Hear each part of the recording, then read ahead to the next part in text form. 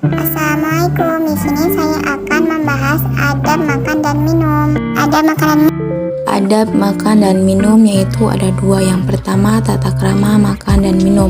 Yang kedua, mempraktikkan adab makan dan minum dalam kehidupan sehari-hari. Tata krama makan dan minum.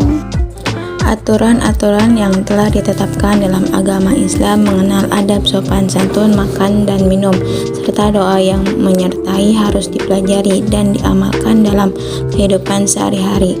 Makan dan minum memiliki peran yang sangat besar dan penting bagi setiap makhluk hidup untuk melangsungkan aktivitas dan kehidupan. Makan dan minum merupakan kebutuhan tubuh agar mampu beraktivitas. Islam memerintahkan agar kita memenuhi kebutuhan jasad kita, yaitu makan dan minum.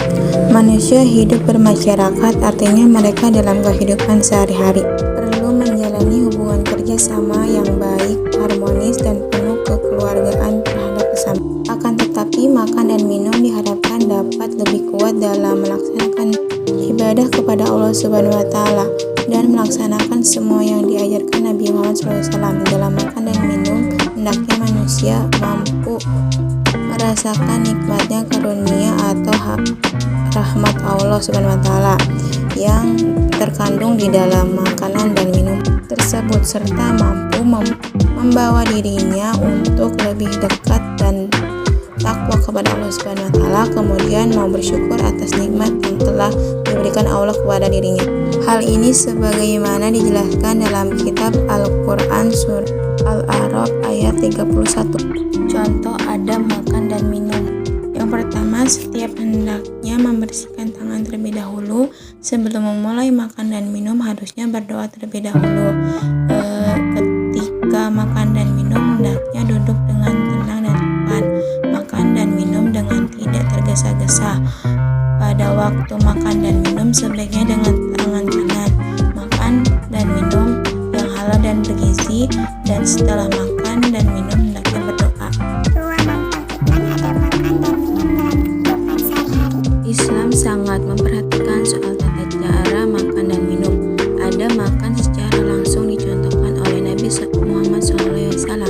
Misalnya ketika makan tidak berdiri, berjalan atau mondar-mandir kesana kemari, karena perbuatan yang demikian adalah termasuk perbuatan setan. Makan dan minum seperti ini juga sama halnya dengan makan dan minum yang dilakukan oleh binatang-binatang. Tentu tidak layak dilakukan manusia, sebab manusia diberi akal oleh Allah Subhanahu wa Ta'ala.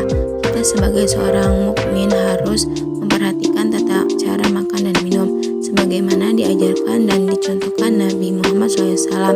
Beliau makan ketika sudah lapar dan minum ketika merasa haus. Sehubung dengan hal tersebut diterangkan dalam hadis Nabi Muhammad SAW.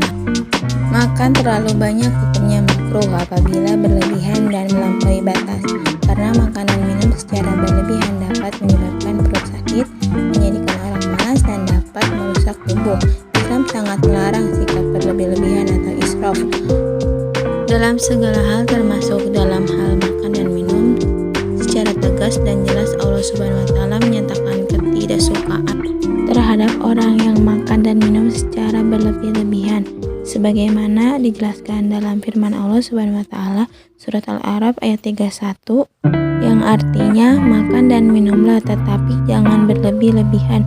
Sungguh Allah tidak menyukai orang yang berlebihan.